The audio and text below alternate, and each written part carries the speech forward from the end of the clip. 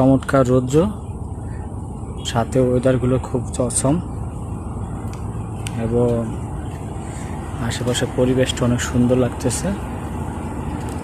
সব জায়গায় ঘুরতে খুব ভালো লাগে অবশ্য, কারণ খুব আনন্দময় জায়গা, আর এইসব জায়গায় ঘুরলে এমনি আপনার মন ভালো হয়ে যায়।